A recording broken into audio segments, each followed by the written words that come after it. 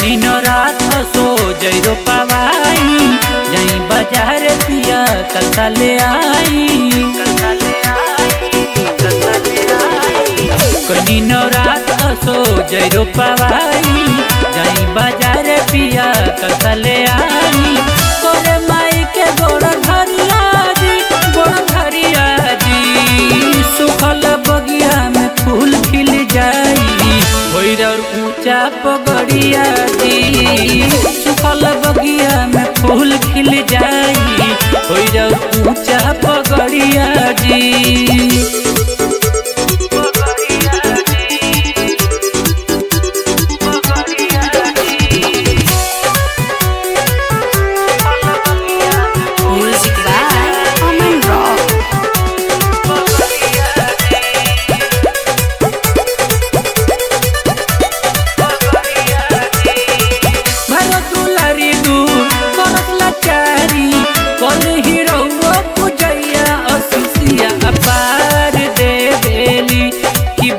के उधार करेली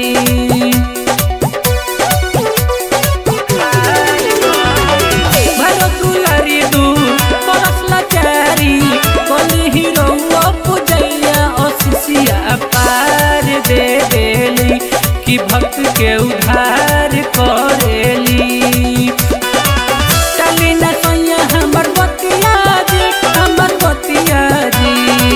सुखल बगिया में फूल खिल जाई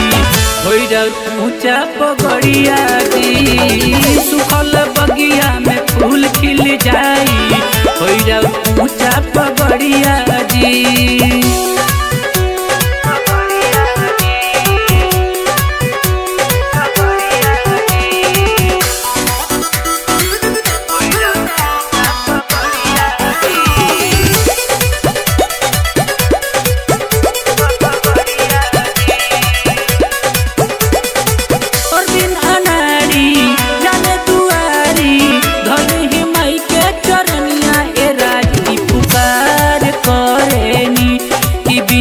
हजार करेनी